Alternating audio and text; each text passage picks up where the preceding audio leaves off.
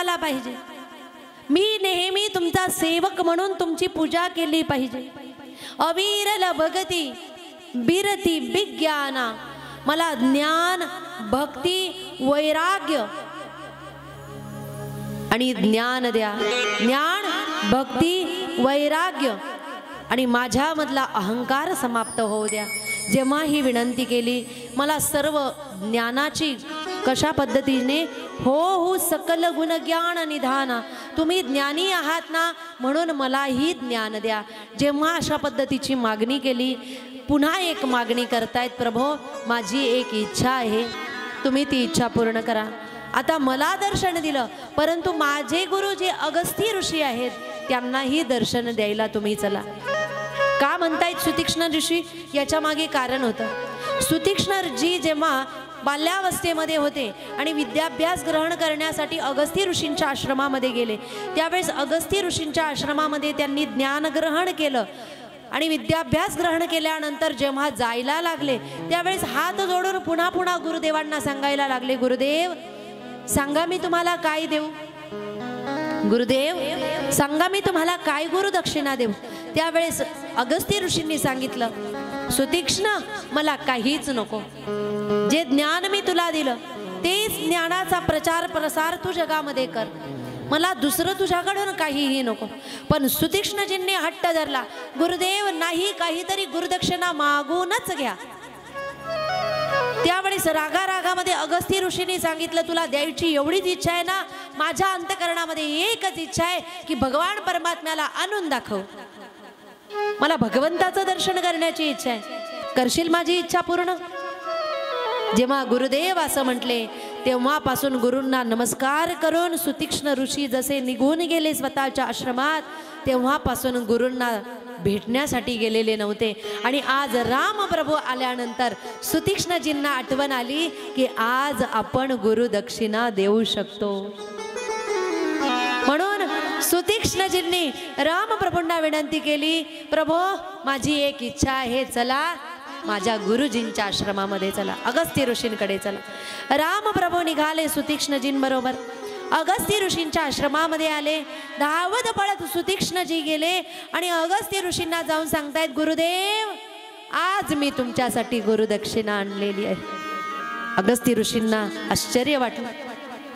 सुनत अगस्ती तुरत उठी धाये, हरी बिलोक लोचन जल छाये।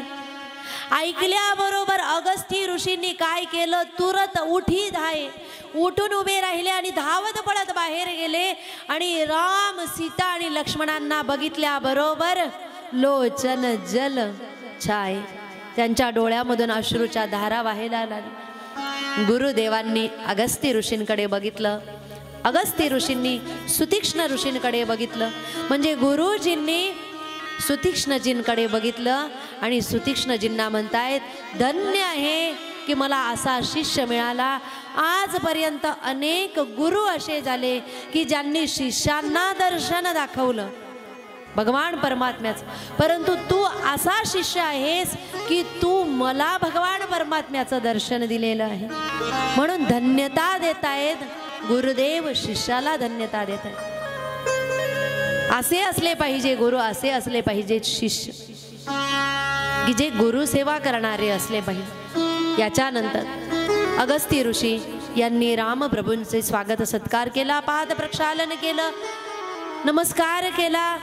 त्याच्यानंतर अगस्ती ऋषींनी हात जोडून भगवान परमात्म्याला सांगितलं, प्रभो यह बर मागव कृपा निकेता, बसहु हृदय श्री अनुज समेता।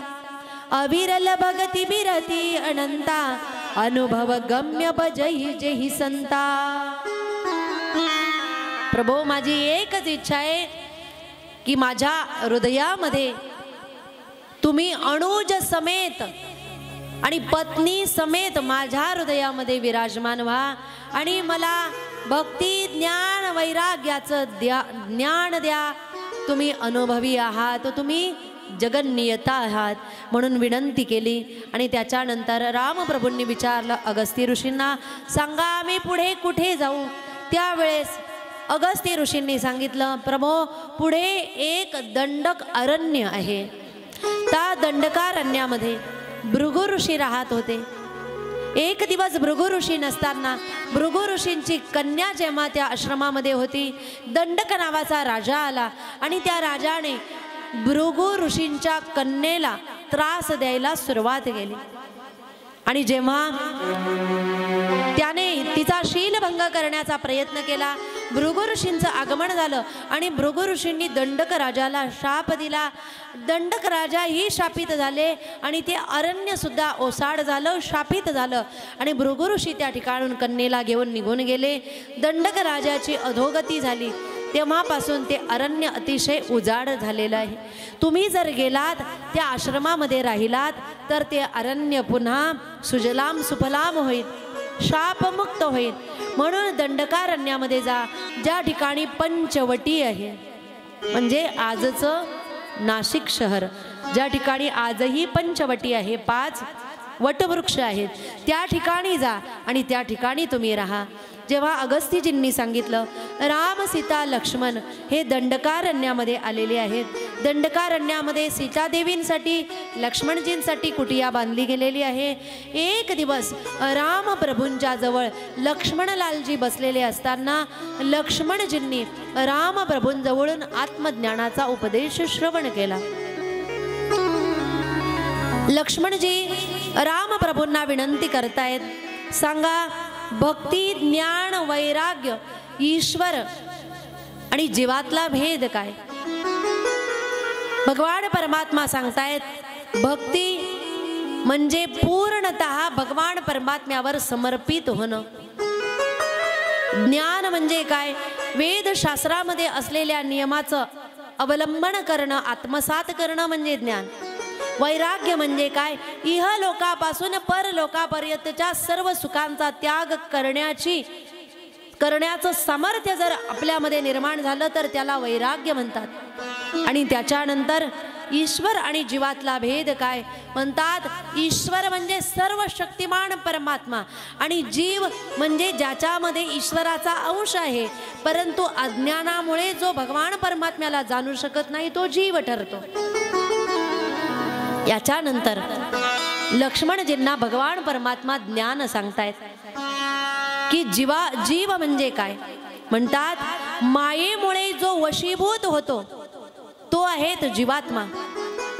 या माया नगरीमध्ये राहून सुद्धा माया ज्यांच्यावर प्रभाव दाखवू शकत नाही ते महात्मा, आणि जे मायेला आपल्या इशारावर नाचवतात ते परमात्मा.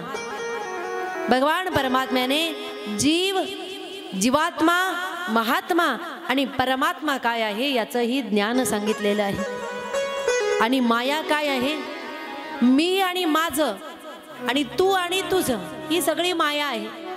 मैं और मोर तोर ते माया, मी माझं तुझं ही सगळी माया आहे. जीवात्म्यामध्ये आणि परमात्म्यामध्ये मायेचा पडदा असतो, म्हणून जीवाला भगवान परमात्मा दिसत नाही. ज्या दिवशी जीवात्मा मायापतीचं भजन करेल त्यावेळेस माया आजोबा आपोआप दूर होईल आणि परमात्म्याचं दर्शन जीवात्म्याला होईल. म्हणून मायेचं भजन न करता मायापतीचं आपण भजन केलं पाहिजे. याच्यानंतर त्या दंडकारण्यामध्ये राहत असताना एक दिवस भगवान परमात्मा एका वृक्षाखाली बसलेले आहेत. लक्ष्मणजी दुसऱ्या बाजूला धनुष्याला जे टोक आहे ते दगडावर घासून अधिक टोकदार करत होते. आकाश मार्गाने एक दुष्ट राक्षसीन जात होती आणि त्या राक्षसिनीने रामप्रभूंकडे बघितलं. जेव्हा त्या राक्षसिनीचं लक्ष गेलं रामप्रभूंकडे त्यावेळेस तिला मोह निर्माण झाला की जगामध्ये त्रैलोक्यामध्ये असा सुंदर पुरुष कुठेही नाही, म्हणून या पुरुषाची मी प्राप्ती करून घेईल याच्यासाठी तिने सुंदर देह धारण केला. मायेने, मायावी ती स्त्री राक्षसीन, तिने सुंदर रूप धारण केलं आणि ती रामप्रभूंच्या समोर जाऊ लागली. गोस्वामीजी म्हणतायत कोण आहे शूर्पणखा?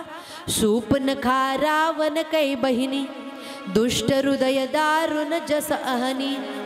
अतिशय दुष्ट हृदयाची आहे आणि रावणाची बहीण आहे, जिचं नाव आहे सूपनखा.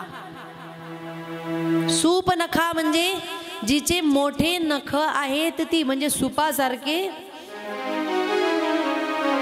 याचा अर्थ नख वाढवायचे, आणि जिचे विचारही अतिशय दुष्ट आहेत ती शूर्पणखा आहे. आणि ती जेव्हा रामप्रभूंच्या समोर येऊन उभी राहिली, रामप्रभूंना सांगायला लागली की माझ्यासारखी सुंदर स्त्री या जगामध्ये कुठे नाही, आणि तुमच्यासारखा सुंदर पुरुष जगामध्ये कुठेही नाही. माझा अजून विवाह झालेला नाही. खोटं बोलते. विद्युत जिव्हा राक्षसाची पत्नी असताना सुद्धा ती रामप्रभूंना सांगते की माझा अजून विवाह झालेला, राक्षस मारला गेलेला होता, तरी देखील खोटं सांगते. आणि रूप बदलून आलेली आहे.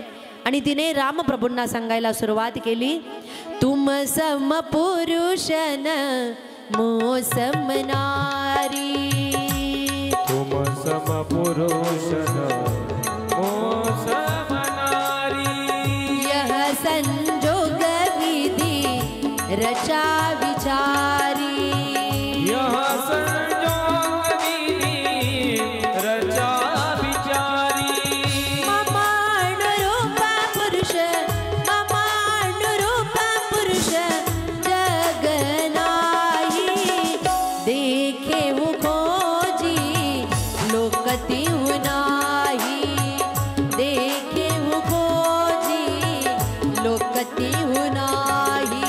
राम सिया राम जय जय राम, राम सिया राम जय जय राम. काय म्हणते शूर्पणखा, तुम सम पुरुष न मो सम नारी, यह विचार विधी रचा विचारी.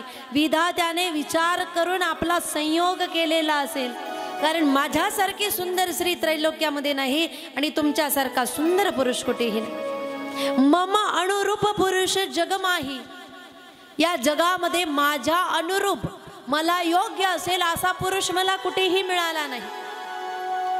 त्रैलोक्यामध्ये मी शोधलं, पण मला असं वाटतंय की तुम्ही माझ्यासाठी जरा व्यवस्थित आहात, म्हणून असं करा की तुम्ही माझा स्वीकार करा, मीही तुमचा स्वीकार करते. जेव्हा ती असं बोलत होती, रामप्रभूंनी त्या दुष्ट स्त्रीकडे न बघता सीतादेवींकडे बघितलं. आणि सीतादेवींकडे बघून रामप्रभू शूर्पणखाला उत्तर देत आहेत की देवी, माझ्याजवळ माझी स्त्री आहे, परंतु जवळच माझा अनुज बसलेला आहे, त्याच्याजवळ त्याची स्त्री नाही. रामप्रभू शूर्पणखाच्या मुखाकडे बघत नाही, सीतादेवींकडे बघून उत्तर देत आहेत. याचा अर्थ भगवान परमात्मा अपात्राकडे कधीही दृष्टीपात करत नाही. जो पात्र असेल भगवान परमात्मा त्याच भक्ताकडे बघतात, अपात्राकडे कधीही बघत नाही. आणि म्हणून रामप्रभूंनी उत्तर दिल्याबरोबर त्या ठिकाणी तिचं लक्ष गेलं लक्ष्मणजींकडे. आता रामप्रभू तरी सावळे आहेत, परंतु लक्ष्मणजी गोरे आहे. लक्ष्मणजींकडे बघितलं, त्यांचंही दिव्य स्वरूप बघितलं आणि तिने विचार केला, चला आपण यांच्याकडे जाऊ. म्हणून लक्ष्मणजींकडे गेली आणि लक्ष्मणजींना सुद्धा वेगवेगळ्या वचनांनी बोलायला लागली आणि विवाहासाठी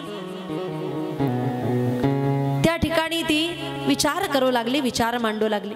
जेव्हा तिने विवाहाचा प्रस्ताव मांडला, लक्ष्मणजींनी तिच्याकडे बघितलं नाही आणि लक्ष्मणजींनीही उत्तर दिलं, देवी, तुम्ही माझ्यासारख्या सेवकाकडे येऊन सेवक का बनत आहात?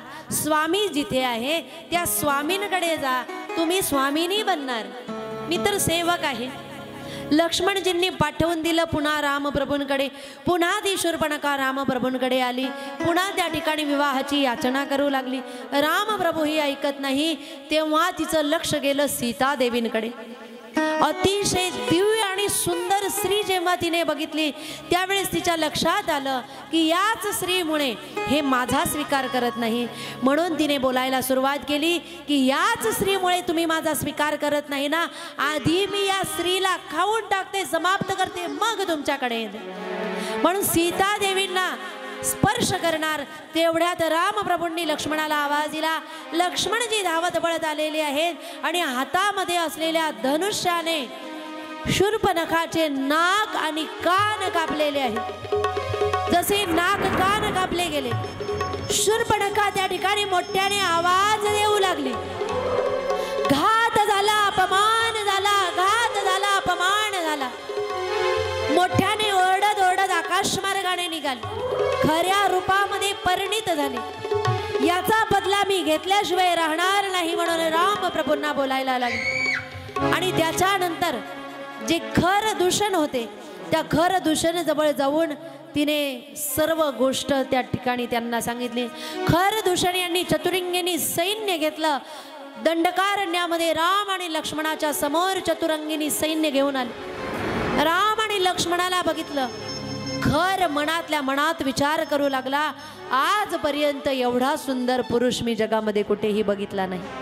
हम बरी जन्म सुनहु सब भाई, देखी नाही अशी सुंदरताई. एवढा जन्म गेला परंतु एवढे दिव्य आणि सुंदर पुरुष मी आजपर्यंत बघितलेले नाही. म्हणजे पुरुषालाही मोह व्हावा एवढे रामप्रभू सुंदर आहेत. आणि जेव्हा युद्धाला सुरुवात झाली, रामप्रभूंनी मोहिनी अस्त्र टाकलं. ते मोहिनी अस्त्र असं टाकलं की त्या अस्त्रामुळे आजूबाजूचे सगळेजण एकामेकाला राम दिसतात. युद्ध करायला सुरुवात झाली, सगळ्यांना आजूबाजूला राम दिसत आहेत म्हणून सगळ्यांनी एकामेकाला तलवार चालवून मारून टाकली. हा बघा राम, तो बघा राम, हा असं करता करता त्या सैन्यानीच एकामेकाला समाप्त करून टाकलं. खर आणि दूषण यांचा वध राम आणि लक्ष्मणाने केला. आणि जेव्हा हे बघितलं, आकाश मार्गाने युद्धामध्ये आपले भाऊ खर आणि दूषण मारलेले बघितल्यानंतर ती दुष्ट स्त्री शूर्पणखा लंका नगरीमध्ये गेली. आणि लंकेमध्ये गेल्यानंतर राज सिंहासनाजवळ बसलेल्या रावणाजवळ जायला लागली आणि डोक्यावर हात ठेवून मोठ्याने ओरडायला लागली, हे राजन, हे लंकेश, हे लंकाधिपती, अपमान झाला, घात झाला, अपमान झाला, घात झाला. लंकाधिपती रावणाने शूर्पणखाची स्थिती बघितली, नाक कानातून रक्त वाहताना बघितलं. आणि त्या ठिकाणी शूर्पणखाकडे बघत असताना शूर्पणखा रावणाला सांगते, हे दादा, हे भ्राताश्री, तुम्हाला माहीत नाही, अनितीने प्राप्त झालेलं राज्य, अधर्माने प्राप्त झालेला पैसा, ईश्वरार्पण न केलेलं कर्म, अविवेकाने संपादन केलेलं ज्ञान, यामुळे कधीही मनुष्याचं कल्याण होत नाही. याच्यासाठी नीतीच्या मार्गाने मनुष्याने जगलं पाहिजे. अनिती करणारी नीती शिकवते. आणि कुणाला? लंकाधिपती रावणाला. लंकेश रावणाने विचारलं, काय झालेलं आहे? त्यावेळेस तिने सांगितलं, दादा, मी माझी रस्त्याने चाललेली होती, परंतु दोन दिव्य पुरुष दंडकारण्यामध्ये आहे, त्यांनी माझे नाक कान कापून तुम्हाला युद्धासाठी चुनौती दिलेली आहे, युद्धाचा प्रस्ताव मांडलेला आहे. आणि मी तुम्हाला सांगते की तुमच्या जवळ असं काहीच नाही, अशी सुंदर स्त्री नाही, अशी सुंदर स्त्री त्यांच्या जवळ आहे.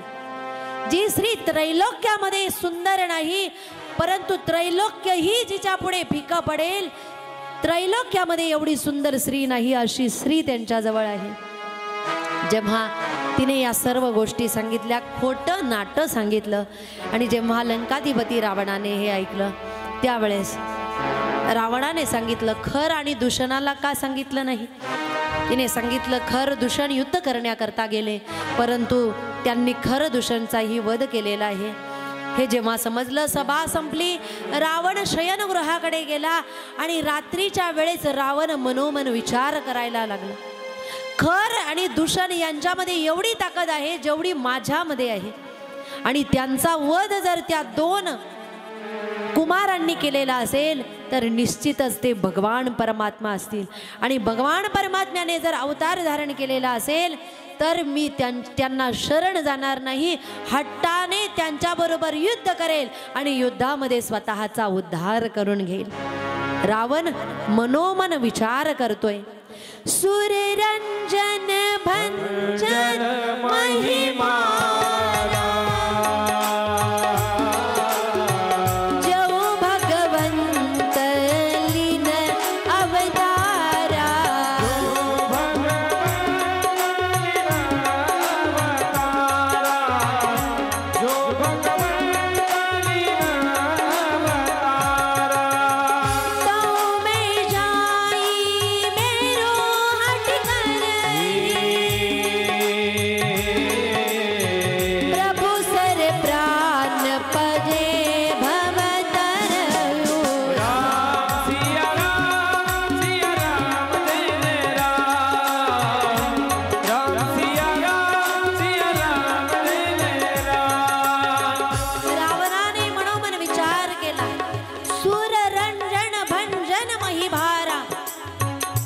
देवांचं कार्य साधण्यासाठी, पृथ्वीवरचा भार कमी करण्यासाठी जो भगवंत लीन अवतार, जर भगवान परमात्म्याने अवतार धारण केलेला असेल तर मी सत्वगुणी नाही, मी रजो आणि तमोगुणी आहे, मी राक्षसांचा राजा आहे. भक्ती करणं मला जमणार नाही पण मी युद्ध करू शकतो. म्हणून प्रभू सर प्राण तजे भवतरहु, हट्टाने जाऊन मी त्यांच्याशी वैर करेन, त्यांच्याबरोबर युद्ध करेन आणि मी भवसागर तरुण जाईल. मनोमन रावण हा विचार करतोय. आणि जेव्हा रावणाने हा विचार केला, रावण विचार करतोय त्या ठिकाणी सुंदर स्त्री आहे, त्यांची जर स्त्री मी हरण करून आणली तर निश्चितच माझं आणि त्यांचं युद्ध होईल. म्हणून स्त्रीचं हरण करण्यासाठी मदतीला कोणाला घ्यायचं, मारीच मामांकडे गेले आणि मारीचाला सांगितलं, मामाश्री चला तुम्ही सुवर्ण मृगाचं रूप धारण करा